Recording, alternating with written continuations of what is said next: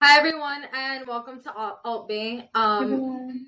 Lately, our podcast has primarily been focused on the social aspects and current events in the crypto space, and we are beginning a new segment called the DeFi Diaries, where we explore different DeFi protocols and explaining the network and how you can benefit.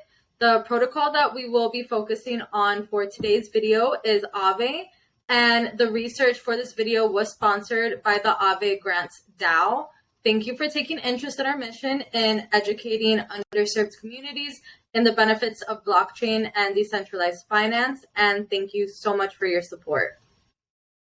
Aave is a Swiss-based technology company founded by Stanley Kulichov, and it's focused on basically allowing people to lend and borrow, and changing the way we traditionally do this with centralized finance opportunities, the way we apply for loans. It's totally different on Aave.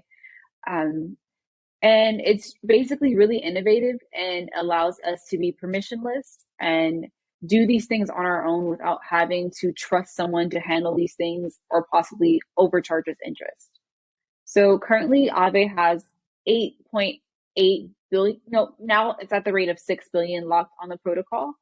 Has over 116,000 token members that are also participating in staking and governance voting. It's one of the first DeFi lending programs, and it was created in 2017 as well. Yes, it was originally started off as ETHLend, and then it rebranded to Aave later on.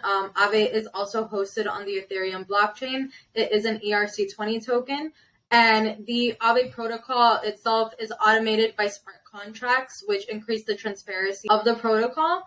And this is one of the reasons that Aave has become one of the most valuable DeFi projects today, with over 8 billion locked into the protocol. Aave has about 9 billion total locked on all networks and markets. At the time of recording. At the time of recording. Okay. So now we're just going to talk about the founder, Sani, who created Aave, which is originally known as ETHLend. He was previously a law student, so it's really interesting to see him involved in a project like this. And yeah, he created it. And then he has an interesting team. What did you find on his team, Peely? So the team currently does have 73 employees. They have averaged 50% growth since Q3 of 2020, and that is it's really comforting to me that they have been able to essentially double their staff despite the current market conditions. So what we've seen as of late is that there are a lot of blockchain companies or tech companies in general that are either doing hiring freezes or laying off. And especially in Q1 and Q2 of 2022, which just ended, that they were able to maintain consistent their employment roster at a consistent level. So they haven't fired anyone. They also haven't really hired anyone, but it's significantly more reassuring compared to other companies that we have seen as of late, due to current market conditions. And then I just want to make that point that if you look at other companies, that have recently had issues, they had a huge staff, and it wasn't quite clear as to what the staff was doing. And again, if we're running decentralized protocols, how much staff do you need? In that case, it's like, is your platform functioning enough on a decentralized level, or is it not functioning and you need an army of people to negate and manage customer issues or platform issues? And I think this is really relative to that, is having the staff that you need to handle the system that you created. So you won't, like you just said, have to fire thousands of people. You shouldn't have to do that, because you should have a relative number of people working for your company, not an insane or egregious amount that doesn't match the cost to operate and actually ends up hurting users because you're paying for the cost to operate. I also think that the founder's background in law is reflected just in the structure and considerations of the company on this end of it, right? Who they're employing, the amount of staff that they have, making sure that they're not like this like overwhelming organization where people are just getting lost in the sauce. It's a company of less than 100 people, primarily consisting of like senior staff, senior employees, and like HR and their legal counsel. So that, I think that's a fairly good balance, and I do like to see that again. I really do like to see just from the organizational standpoint, the way it's structured, other things that we're going to discuss later on in the protocol, and issues that were just well thought out, that I think are very healthy and necessary to be addressed when dealing with decentralized finance. And yes, just the entire package of the protocol. I think most things, if not everything, have been very well thought out.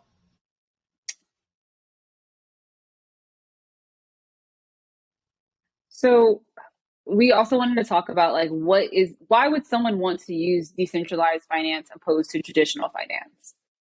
What are the incentives?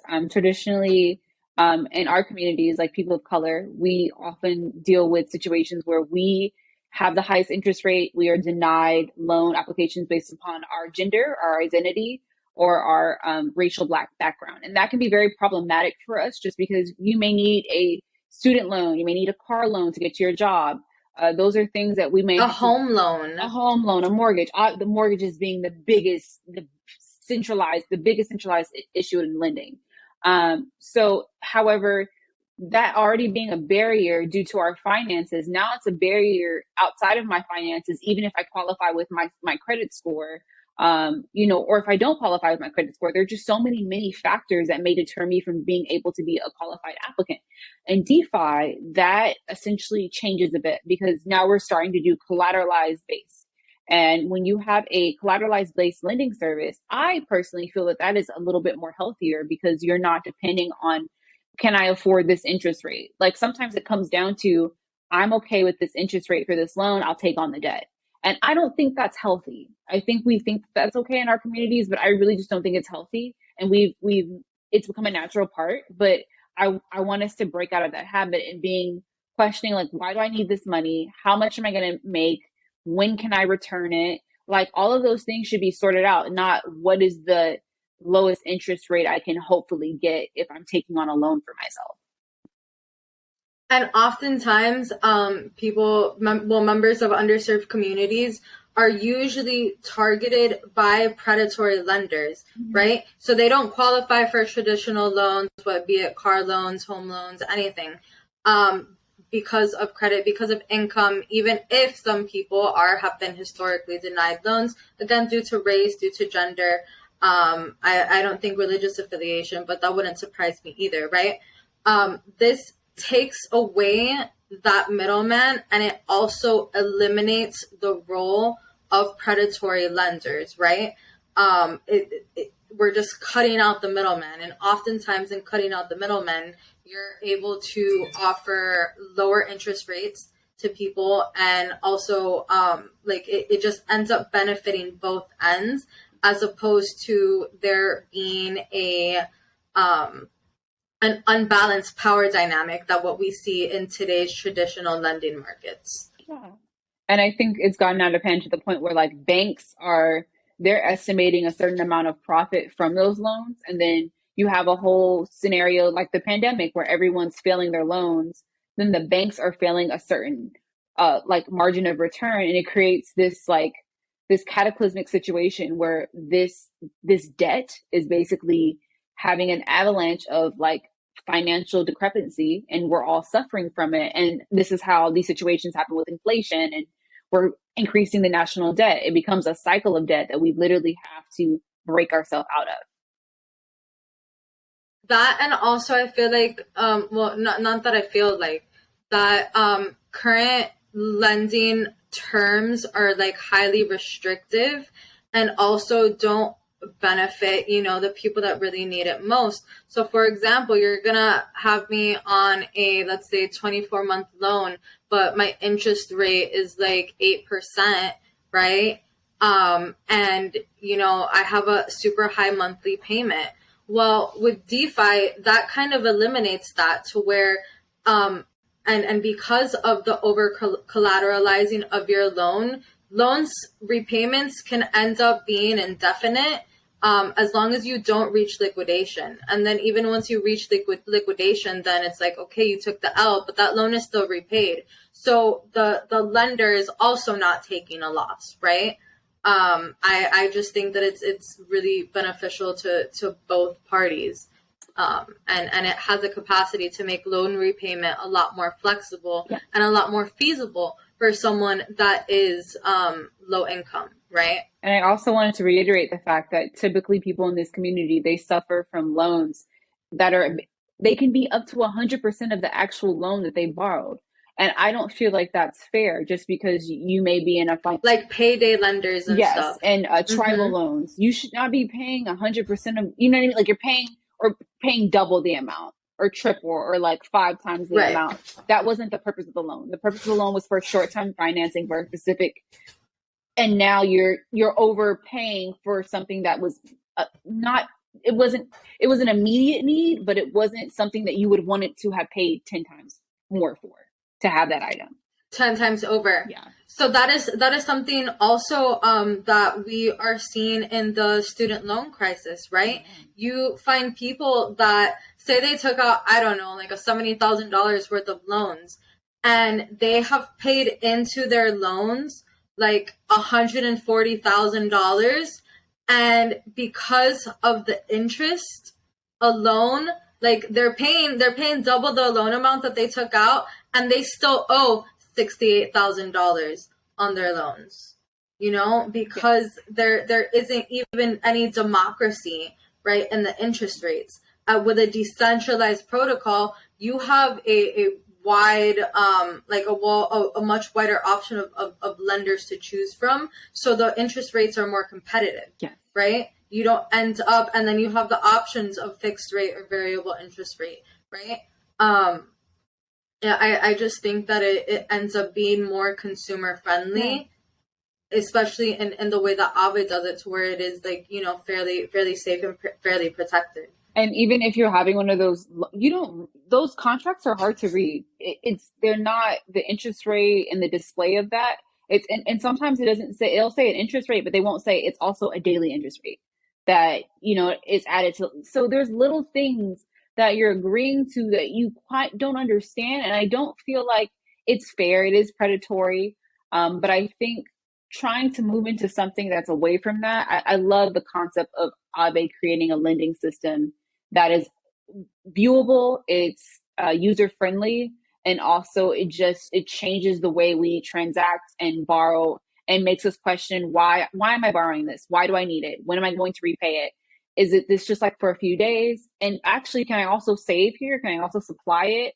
And we're self-supplying, collateral as well on a platform, opposed to having mystery money come from whatever bank platform we're using and then suffering from the high interest rates. Now, I think we want to go into the protocol. Also, I'm sorry. I also wanted to mention like the bureaucracy of it, like the difference between decentralized and traditional finance, right? So while I do think regulations are definitely important, and I do think that there is some value to certain aspects of bureaucracy, we're really, again, like eliminating a lot of middlemen, right? In the centralized finance community, you have to like get licenses and go through all of these regulators, and there's only so much innovation that can be done, and there's a lot more in that space. There's a lot more powers that are in control that have the capacity to just override what is actually more beneficial for the user, rather than what is going to be to the sole benefit of 2 or 3 people, right? So I also just really, really like that. It allows for like actual freedom, right? Actual financial freedom, actual freedom from just predatory debt, and it puts the user more just in control of what they do borrow and in their finances. And just to piggyback on that, I think what you're trying to say also is that they're limited by the powers that be to create traditional banking in the structure that was set, which really doesn't leave much room to create things from use cases like, okay, what do people in society need? Do they need more liquidity for this? They need more for this sector. I don't feel like that's always an option, an immediate option, and having a decentralized lending protocol with a governance that can vote and kind of put their opinions upon the way they want things to happen or new integrations is very useful, because again, I don't have a voice in my bank. I can't go to a bank and say, hey, could you guys start doing this? Like, that'll never happen. But a decentralized, right, it's like the democratization of banking. But it shouldn't be like that, because we're all putting our money into it. So we should have some say or some control or some type of communication based upon the usage of our funds, or even the way they lend out. Like $1, one of our dollars is lent out 8 times. I don't consent to that. I've never consented to that. So right, and that's why, again, I think that DeFi is so revolutionary and can specifically benefit our communities, right? It's just unfortunate, and this is a reason why like we really wanted to do this, and again wanted to make it friendly and digestible for people to understand that they can benefit from this sector. They can be part of the early wave and just transform the future and become part of the future, right? We don't have to continue to do things the way that they've always been done. There's no rules saying that it has to be that way. And this, like, DeFi is giving us the chance and the opportunity to have a say, to experience real democracy, and to not have like a few people controlling our lives and controlling all of the money and the resources. Like, this is the first step towards that, and it's putting power back in the hands of community. And I just think that it's so valuable to do that, and to get more people that would otherwise be intimidated to learn about these things or try out the protocols, to actually get a little bit of interest. So, you know what, I can do this. Actually, I do feel really empowered to like take control of this for myself. We love that. Okay, so now I think we want to just like go over the platform a little bit, for those who have or have not seen it. Okay, so we just wanted to go over the protocol. So we wanted to start with the Aave token. So the Aave token, yes, go ahead.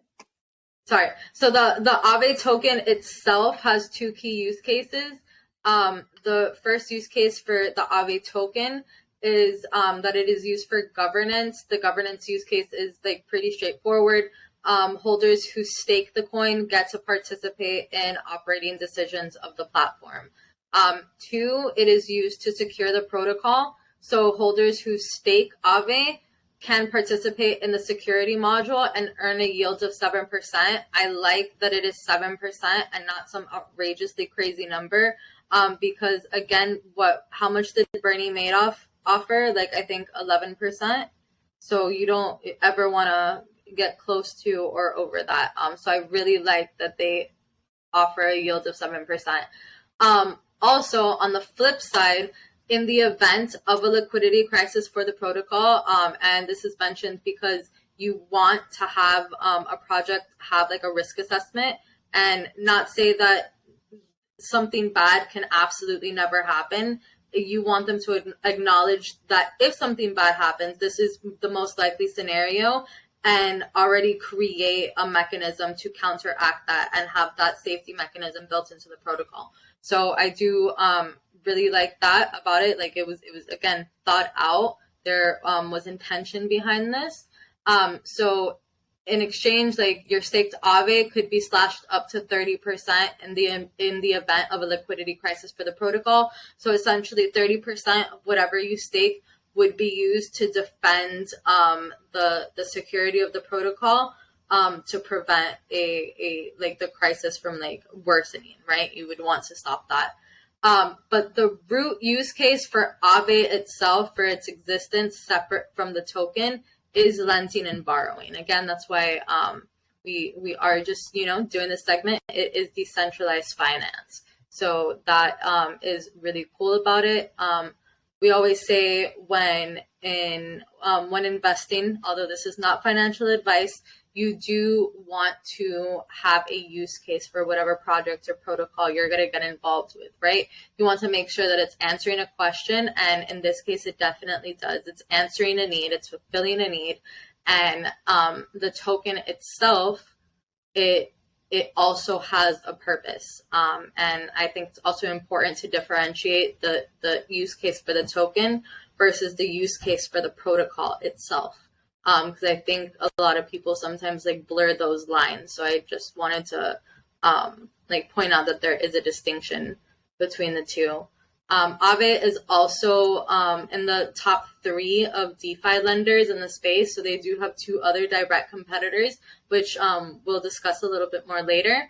But of the 92.8% market share that Aave and the other 2 competitors hold in the DeFi space, Aave does account for 22% of that. So that is a fairly large chunk of the monopolized market share. So what is the use case for Aave, right? Like, why do we love it? Well, Aave, its use case is mostly for lending and borrowing.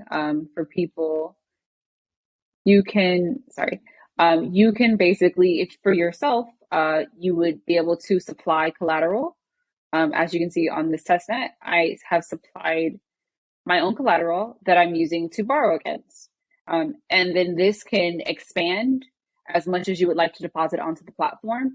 But in a way, you're basically having this relationship with your assets. You're able to receive actual interest from supplying it onto the platform. You're also able to borrow against the collateral that you have provided. You're even able to see this in the form of like a health factor, which correlates like your collateral against the borrowed assets and its underlying value, and then how much you have loaned out to how much you have supplied on the platform. You're able to clearly see the relationship of all of your assets versus what you're lending. And in other cases, sometimes when you're borrowing, it's not as clear.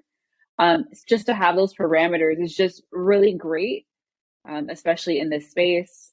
And then how often do you get rewarded for supplying your money to a liquidity pool? I mean, that's not always, you can do that on various platforms, but just to have safekeeping on a platform you enjoy using is also really important.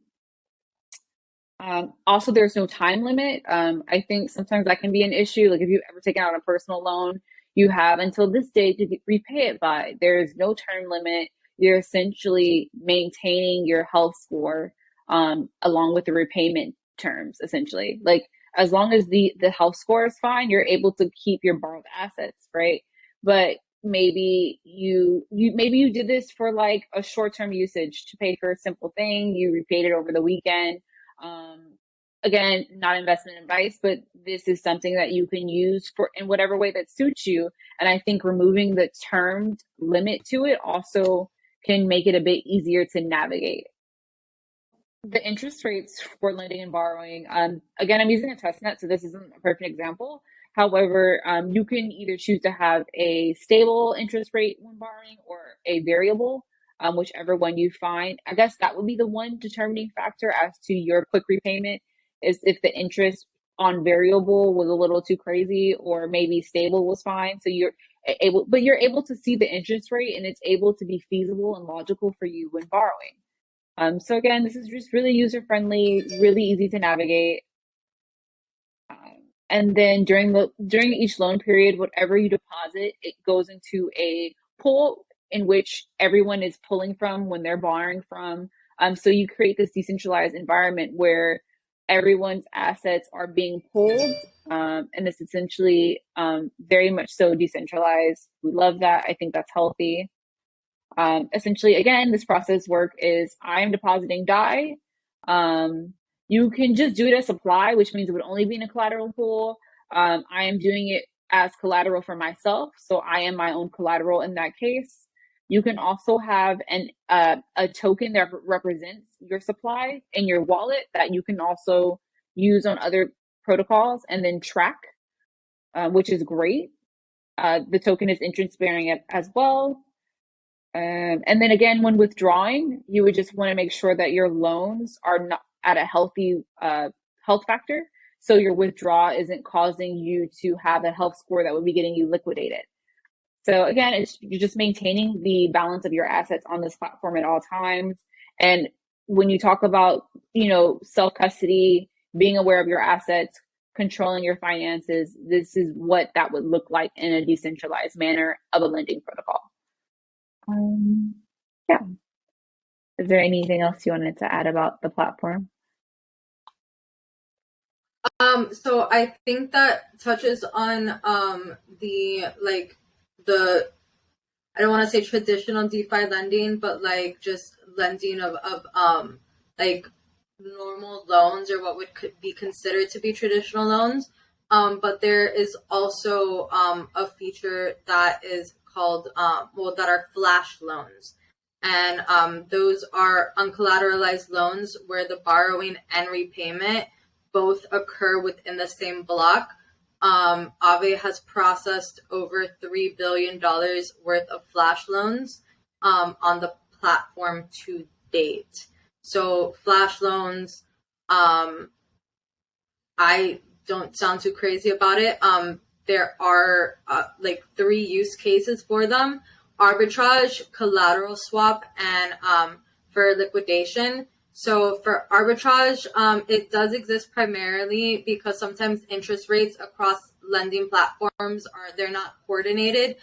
So sometimes you can profit from the spread. So if one platform, they have a 3% interest rate and the other one has a 1% interest rate, you can go ahead and profit from that difference of the 2%, right? So a flash loan ensures that assumption rates are locked in when making an arbitrage trade, which is good because it prevents you from messing up your trade.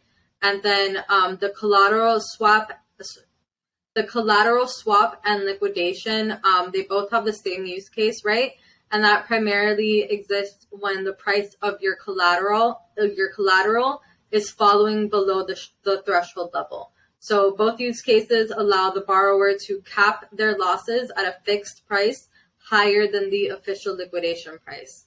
And Aave currently charges a fixed 9% fee per flash loan transaction. Yeah, I mean, that's awesome. It's an awesome mechanism that you would want to use in an arbitrage situation with obviously preventative measures and not going too crazy. Yeah, obviously you wouldn't want to go crazy. There have been instances and occurrences on other protocols where flash loans were used to exploit the governance protocol. So far that has not happened with Aave, and it doesn't it wouldn't really seem like it would be like the most attractive thing to use this for with this protocol, just with the way that the code is written and everything. Yeah, I want to reiterate, just because you can do it doesn't mean you should do it. And also maintain obviously, yeah. But in crypto, I feel like we tell people about these things and they're just like, oh my God, and then they take it to the limit and they overextend themselves financially, and then they're crying. And it's like, well, you're crying because you're being greedy. You shouldn't have borrowed and supplied, then borrow off of that, then borrow off of that, and then put that into a flash loan, and then at that point you're not in control of your finances. You've literally lent to the point of no return. Right, your finances are in control of you. You've lent to the point of no return, and you have to hope and pray that the market doesn't reverse, because not only are you over leveraging and overextending yourself, you're now competing with the market, which is a beast itself and going through a lot right now. I wouldn't try and do that. Yep. Yeah, if you want to bite the market will bite you back 10 times harder. That is a current theme, well, a constant theme to remember at all times when dealing with any type of trades or anything like that. So now we can just quickly, so when you're looking at a lending protocol, you want to kind of look at some things to like be aware of. You want to see the market size. It's at a healthy market size. It's at 6.5 billion, total available, total borrowed. To me, this looks healthy. I mean, you wouldn't want to see something where like 5.5% is borrowed on the platform and nothing's available, right? Because that would mean it has a lot of low liquidity in and then high liquidity out. That would be a negative sign. So you can always see how much is on the platform. And it also shows you the supply APY that you would get, and then how much you have to pay for the borrow APY. And it's very just transparent. I think the fact that you can view all this and it's just really easy to read provides me with some indication that they're on a good path with this platform. And then also the fact that they have pretty safe assets, I would say. They're not just listing everything and anything. That's also refreshing. And that is also up to a governance vote as well, which I really, really like. Because as opposed to like a Coinbase that is like listing any and everything, that is just a whole mess. Like there are people that are actually like deciding and voting on whether to allow something onto their protocol. A point that was made earlier while we were prepping for this video was that, you know, yes, like allowing anything onto your platform, yes, can bring a lot of liquidity. But in the same way that it can bring a lot of liquidity, it can also take away a lot, right? Because if you had something like a Terra Luna on the platform, like, and that went bust, guess what? You're affecting everyone else with it. So I really like that it has to go through a community vote to allow it. Also, I just love this interface because we're able to see exactly what, like how much money is on the platform, right? How much money is going in, going out, how much money is being loaned out. I can't see that with Bank of America. It's actually quite true. I can't see that. I never thought of that. That's actually quite true. We don't know where that money is coming from. And we really don't know where that money, and we don't know what they're trading. We don't know how much of our money that they're trading. But what I do know is that if I were to walk into the bank and say I had $100,000 and I wanted to withdraw $100,000 in cash, they wouldn't be able to do that. They would not be able to facilitate that. It'd actually be like a really big problem. You probably be sat down in an office and you may be arrested depending on what nationality you are. But yeah, it's just right. You know, the fact that you're right. And I can't even see, and when I remember I talked about that thing where like the $1 I have is being lent out 8 times. We don't know how much is being lent out versus how much is actually in the bank versus how much is in our bank account. And I think as much as people like to talk negatively about DeFi, they're doing that. So I just wanted to hint at that really quickly. At least we can see. At least we have a mechanism to see what it is. At least we have some idea. At least we have a healthy relationship, and I don't have to call someone to possibly have them assist me. And I say the word possibly because not all representatives can actually help you with your bank. So just really refreshing.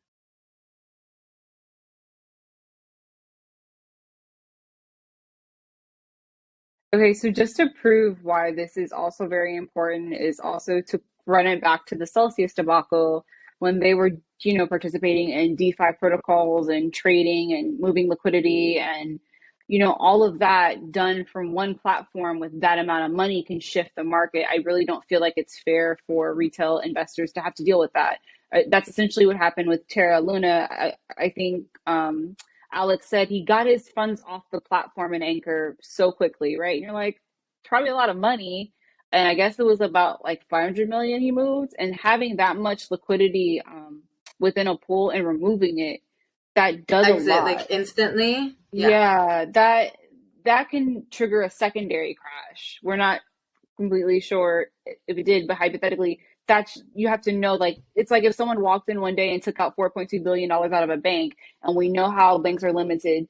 they wouldn't do that, right? There will be organization about that. There would be discussions, there would be preparation, and it wouldn't be moved all at once. So how are you as an institution, even though there are no regulations behind that, you understand liquidity, you understand volume, you understand how yield works, that's inappropriate, but also just to even dig further into this as to like why it's inappropriate for certain institutions to participate in DeFi without risk, is that when all this happened with Celsius, they essentially had to repay all of the money, right? Why did they do this? Because in DeFi, we're not asking permission. We are basically placing our collateral and borrowing against that and maintaining the balance or the health of our loan. So everyone was just like, well, why would they like repay?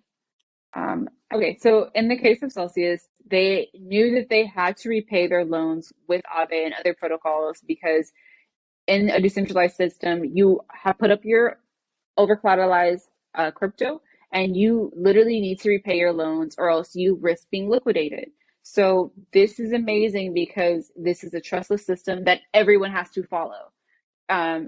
You just can't get out of this system just because you mishandled or lost a key to something like that. Those excuses don't work in DeFi, and it holds people accountable.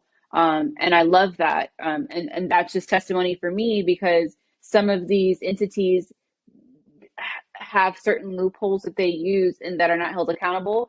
And then I rather them have to use the protocol that we're all using, maybe in a different manner, so that they would repay and do right by the platform, or else they would lose all their liquidity placed in this situation. Yeah, it's kind of like forcing you to be honest, because if you're not honest, then you're going to end up taking a bigger loss than if you had just been honest and repaid your loan. Yep. And I appreciate that. Yeah, and it's like, and I think this is sad too, because I think everyone was like, oh, Celsius is paying back all their loans. And then they went into bankruptcy. So just, again, be mindful with this. Like, remember, if you're using a decentralized platform, like that's great. But using it by third-party proxy that you have no control over is totally different. Yeah. And then go ahead. Oh, so no, what I was going to say is that like in this case, like the code protects you, right? Yeah. Like you can't beat the code. Like that's the beauty of smart contracts, right? It's kind of like not negotiable. Yeah. And for standard things like this with money in this amount, you would want it to not be a flexible or negotiable thing. You want it to be fixed rate, time, date, amount, my collateral, like X, Y, and Z equals B. You don't want to have any strange, like look at the housing market. You shouldn't. Right, exactly. And this is how we ended up in 2008, because one, it benefited the banks to give all of these people bad loans and open all of these accounts. And then like people were just like, you know what, I'm gonna get a house. And they couldn't afford to pay back their loans, right? So in this case, like you're really not able to borrow more than what you have the capacity to return. Yes. And then the interest rate. I think that's really cool. And that's what like a big part of what makes it trustless, right? And what makes it able to work. And you can see the interest rate. It's not a ballooning interest rate that isn't going to like change to 700% overnight. So again, just even moving into the future, really... And you have more of a capacity to shop around. So there's more competition in interest rates. We're not like relying on one entity to set it and then everyone else to adjust based on the floor. I mean, the fact that getting a house right now is 5%, 5.6 interest rate on a typical 30-year mortgage says a lot. I mean, that's scary. Just 2 years ago, it was 3%. It's like, how do people really move forward with their lives if you're tied to a fixed interest rate and a credit system that seems to be an unachievable goal?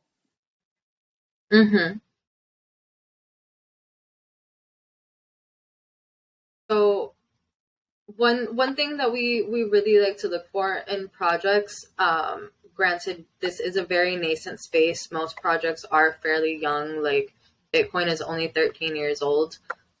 So we really want to try to identify early on whether or not a project will have longevity, and a way to determine that is current institutional adoption. So currently, Aave Arc has essentially a deal with 30 different financial institutions that will enable them to access private pools of DeFi liquidity. So it's going to bring DeFi to traditional institutions, but it's going to be done in a way that it's like separate. So they're going to have their own private liquidity pools. So whatever they do essentially is not going to affect what the public liquidity pools are, right? They're going to have essentially the same benefits that a regular like individual DeFi user would, minus some regulatory compliance restrictions. They will also have to undergo stringent KYC, know your customer, and also AML, anti-money laundering, like verifications, so that, you know, they are complying with their country's laws and their regional laws. So I do think that's really cool, and that does show that there is like serious money and also like more traditional acceptance of this. So while I am on the side of like banks are kind of bad, they're not going anywhere. So I think that having some form of like relationship, but not having a full integration, is a really healthy way to do that and to make that transition, and still like retain user trust and retain our independence as the individual, and our finances and our lending. We're not competing against the banks. We're in our own ecosystem as individuals. So I really like that concept. Email sent out to attendees, Aave said that the protocol was being launched due to extensive demands from various institutions. The protocol itself will enable institutions and corporates to access DeFi yields and benefit from the transparency and automation of decentralized finance. For KYC processes required to use Aave Pro, Aave has partnered with digital asset custody firm Fireblocks to onboard new clients. Aave Pro will require stringent KYC completion due to the strict regulations. And they will also implement AML compliance and anti-fraud controls.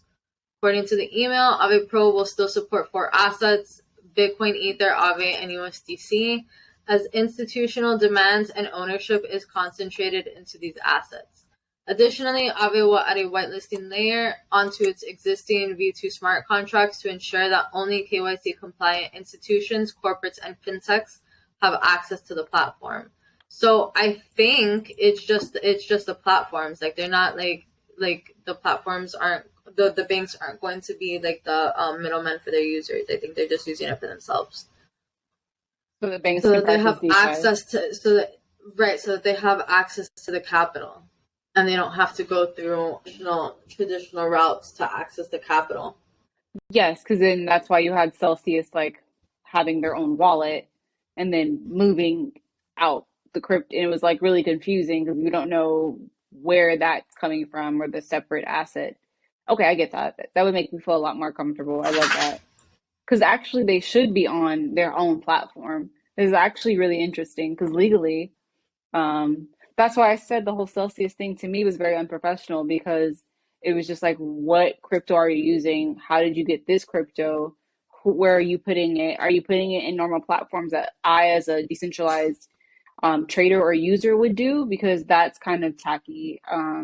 And like, there should be separate entities for larger wallets that may move the market or cause, because that's essentially what happened when Celsius took out money from Anchor. They whatever was happening, and made it worse, right? Because liquidity was being drained. Mm-hmm. So I guess if these large institutions are interacting with DeFi protocols, they should have a separate arena, essentially. Yes. Yeah, I think so. I think Words had like a speech, or like an interview or whatever, where he mentioned walled gardens, right? And he said at one point you know, like the private institutions are seeing on one side how well it operates, like on one side of the walled garden when the public is on the other, but then we built it in a way to where we can bring those walls down when the private institutions are ready, so that like their liquidity pools then flow out into the major, which would eventually cause like a rise in the price. I love that because that's literally Yep. what is happening. I think, and no one's talking about this, but like the institutional investors with poor risk management are basically causing so much chaos because they're trading in the same pools, you know? And I don't think it's fair. Right. So that's why it's good to keep it separate until there has reached a certain level of market maturation to where it's like, okay, well, like these people are comfortable. The liquidity is sufficient enough to where we can like bring these down and integrate their formerly private liquidity pools with everyone else's. For sure. I Well, love with a that. public liquidity pool. And then it's like, I appreciate that intention. Okay.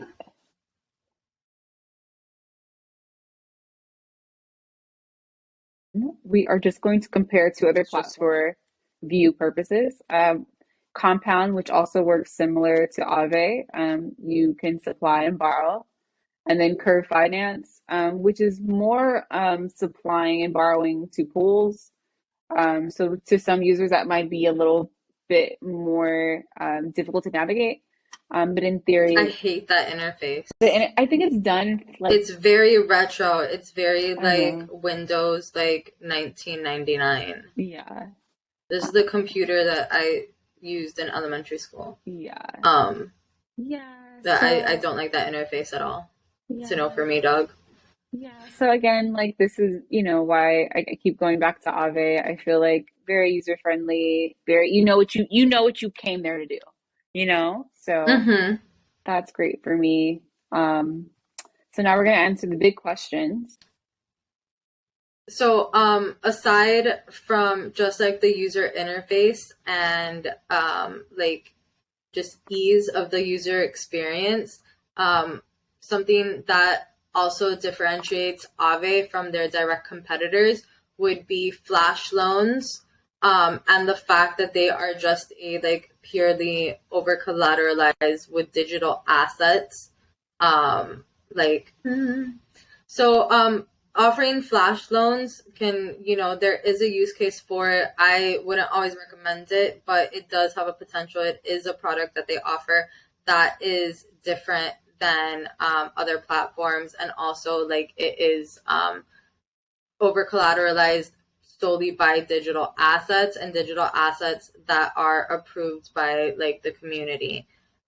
So DAI is another like direct competitor. They have an algorithmic collateral based hybrid type of like governance. So that's something that also like differentiates the two. An important thing to note with projects are where do they see themselves in the future? Like what plans do they have? Like, are they like working on just building out the network and providing more use case and creating more use cases for the network? So Aave does see a future in itself. July 31st, they did go ahead and approve the proposal for a stablecoin. And the DAO will take the responsibility of administering the creation of that stablecoin. And DAO members that had over 501,000 Aave voted in favor of the proposal. So this stablecoin is also going to be pegged. It's also going to be backed by digital assets as well, as opposed to like US dollars or like paper bonds, stuff like that. It's going to be just backed by digital assets that are going to be approved by the community when they do their governance votes. But essentially, one thing that's really cool is that you would be basically matching your collateral in your little mini pool by the assets already on the platform within your account. So the risk for it depegging is kind of like everyone would have to agree to like throw off the balance. That's silly, right? It's like if all users who are using Go did some strange arbitrage all at the same time. Like it's very impossible because again, each one is fixed to the amount of your collateral within your supply account, which is actually interesting because if you think about all of these issues surrounding algorithmic stablecoins and the stablecoin usage, it's because of mass movement, right? Like people freaking out and moving their UST off of Tether, like altogether, the price depegging, or people freaking out with just UST and then removing it off and then it dropping to $1 because all the liquidity was pulled out the pool at once. With each person navigating their own liquidity and minting the Go GHO to the collateral that they have on their account, that's so different. It's like each it's like hyper fractionalized. And I think for them to even think of this concept is so ingenious. I could, and that's the thing I've been struggling with. I was like, I know stablecoins have had a rough year, but essentially the theory behind them is liquidity, having a stable source on your platform to go in and out of liquidity to swap with. So in theory, they're not a bad concept. It's just the way they were utilized in certain situations caused absolute chaos. So right, and this also takes away the question of what is backing the stablecoin. Yeah. Because you're backing it with your collateral that you have provided. It's being created, right? Exactly. It's being created when you put up your collateral. It's not like Tether where it's just like prints. Yes. Tether and just cause. There's a burning feature when you get liquidated or when you pay back your loan that it's it's burned. And I was just thinking, well, if everyone's minting based on collateral, at what point does it not become like an inflationary stable coin? But like you pay it back, it burns. Yeah, it's simple. They figured out a deflationary aspect to it as well, right? So that way, like it's able to like maintain the peg in a healthy way. I really like that. I think that's cool. So after this that was just voted on today, Aave has also integrated with Merlin. So Merlin is essentially a wallet that allows you to track your profit and loss, your net worth, and your total fee calculations across multiple protocols. So it's a DeFi smart wallet. And again, it retrieves the position of each digital asset that you have deployed across DeFi protocols. Aave, Compound, Trader Joe, Maker, Uniswap, and it calculates your positions plus yield generated. So you're able to see it all in one place. And I think this is really good for Aave because it allows users to compare and contrast your positions across all of those protocols in one interface, right? So that way you're able to see like what's doing the best, what's doing the worst. And then you can make that decision to migrate protocols, right? And if Aave just happens to be the one that's rendering the best return on your investment, then it's easier for you to make that decision. Conversely, if there's another DeFi protocol that is yielding a better return, you also have that too, right? So I think it provides a great interoperability and just an easier way for people to manage their portfolio. And also, I think it is beneficial in introducing people that may not use Aave or may not use a certain protocol just because they have access to all of them in just one space. So I think that's pretty cool too. Yeah, that's cool. And Aave developed it? So Volk developed Merlin, and now they just have an integration. That's cool. So it's just like it's another, it's just another thing that they're getting involved with. But if people can use it from there and just in the same place that they're using all of the other stuff, and just have it in one easy accessible app, then I think that it will probably increase usage, right? and bring on new users. Yeah, I definitely think people do need to track their DeFi business. Like, I think this is fun, but if you're not like watching all of this, it can get a little weird. So I think that's cool that they integrated. Well, it's complicated because there's just so many wallets. Yeah, also that. Right? Yeah. Like, there's so many wallets. Yeah. And so many different use cases for each wallet. Like, what if one is something that you use to like transfer your salary into, and like, I don't know, whatever you do. But I think for me, at least, like, each one has purpose. And I think to have one that tracks and updates and is like doing all of that, that is all of it, all in one space. Yeah. I think that's really cool. And again, it's not just like regular assets. It's all of like your DeFi stuff, which is more intricate than like just holding an asset that like you're not staking or doing anything with. That's awesome.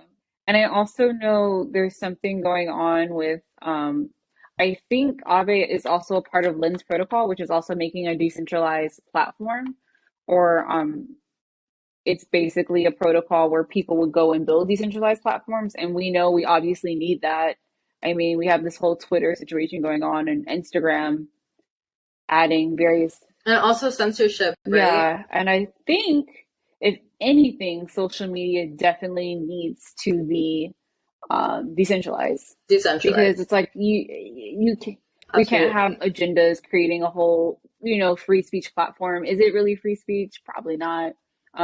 People should feel safe within their own communities on platforms, and again, in the case of like Instagram and Twitter, even though they're, free speech platforms, they don't navigate the hate speech and the incidents very well. And then it becomes a thing where like they only flag, certain accounts, like on Instagram, you can have one girl that's like completely naked, another girl in a bikini, and then the bikini girl is flagged, but I guess because the other one's an influencer, her page, so it becomes into like, right, there's no consistency, and also there has to be a way to prevent the crackdown and censorship of meaningful dissent and just question, not even dissent, because what we saw at the beginning of the pandemic, which was incredibly dangerous, that people were asking legitimate questions and they were being fact-checked and labeled conspiracy theorists. And then 2 years later, we find out that a lot of the things that were purported to be conspiracies were actually true. And not allowing or having such a strong bureaucracy that comes after that and automatically labels everything like as true or false based on quote unquote authoritative sources that may or may not have an agenda or be funded by certain entities with an agenda. I just, I'm really uncomfortable with that. And I do think that decentralization is the way to go in that arena. Do I think Twitter is incredibly important, and has it become important to our society and to like just becoming the international public square? Yes, but it needs to. We don't know where our data is going, and that's all. Not do what it's doing, and that also that as we don't well. Understand that as we don't well. Understand the detriment of that. Like, I think we all laugh about it, like, oh, they have our data, but like when Roe versus Wade passed, what did we all say? Oh, oh, we needed to delete our period tracking apps. Like, but how long has that data been collected on this, and why was it being collected, and why was it being able to be sold to? It's been collected since 9/11. It's been collected since 9/11. The government has had an apparatus to do that since then. That's why Edward Snowden is in Russia. That's why he's banished, because he let us know all of that. He let us know that in like 2014. But at the same time. And so it's been public knowledge that they've been that the government has been doing this, and that businesses as well, they right? Sell it. So it's not just like the government, CIA, no. FBI, it's the government through AT&T and Google, and through other tech companies, right? They profit off of our data. They're able to sell us stuff off of our data. One thing that I did like about Andrew Yang when he was running was the concept of like UBI funded via a tax on tech companies that like use our data and profit off of our data, because if you're gonna make money off of my data, like let me get a cut of my data check as well. you know? For sure. So I think that like that could be mitigated, but yeah, for sure. Data privacy is incredibly important. I think if once you lose the capacity for anonymity, you lose your capacity for freedom.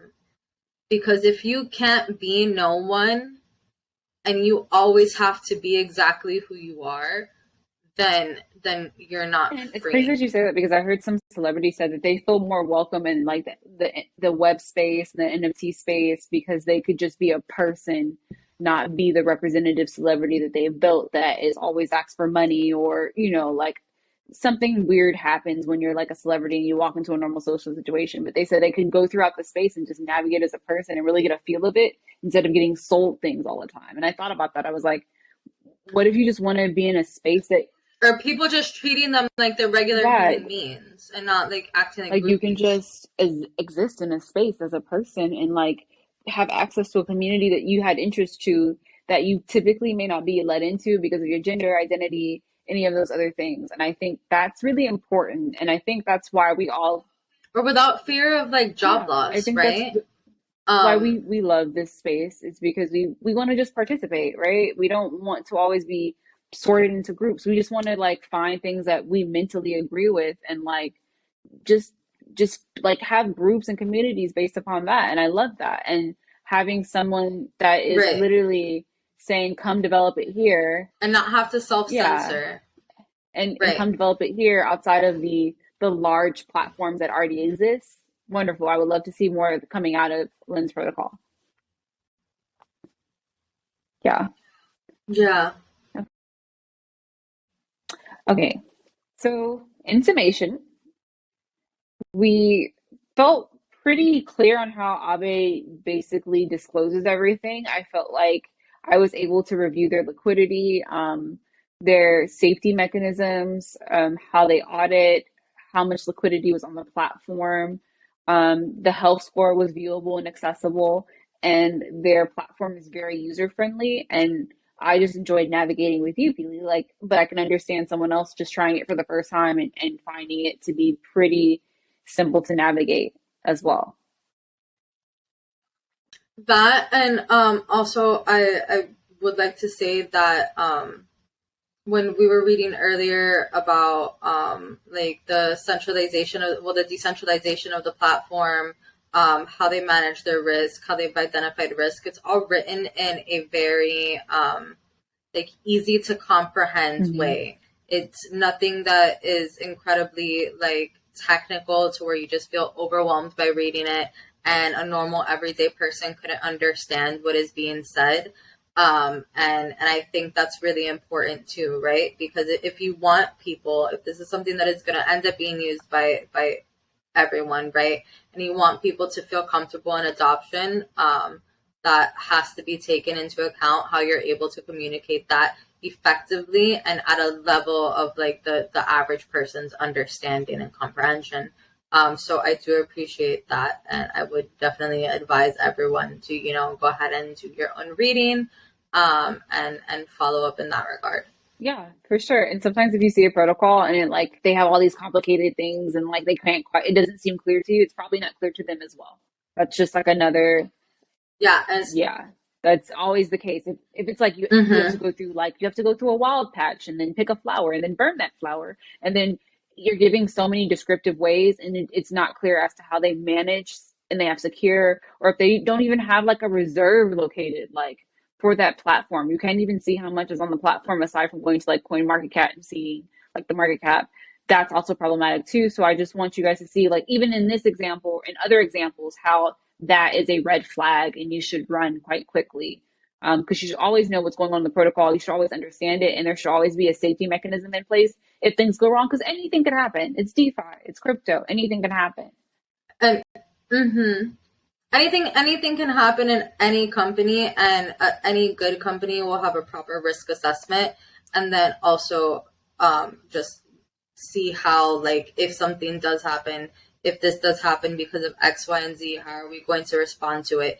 It's proactive instead of reactive. It does show that there is a concern about the viability and a genuine interest in maintaining the viability and the integrity of the project, and also protecting users. That's always very important. And again, it's a new space for a lot of people. It is, as a general statement, going to be fairly intimidating to dip your toes into this space, but nothing should be so intimidating that it's like overwhelming to understand, right? And that's another thing that I like about Aave, is that it is user friendly, and they did find a way to communicate the technology without being technical.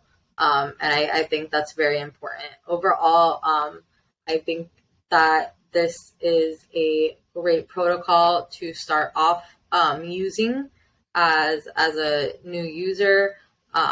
And again, as I've stated before, I think this is a great opportunity to serve those communities that have historically been underserved, and bring financial freedom and responsibility without fear of,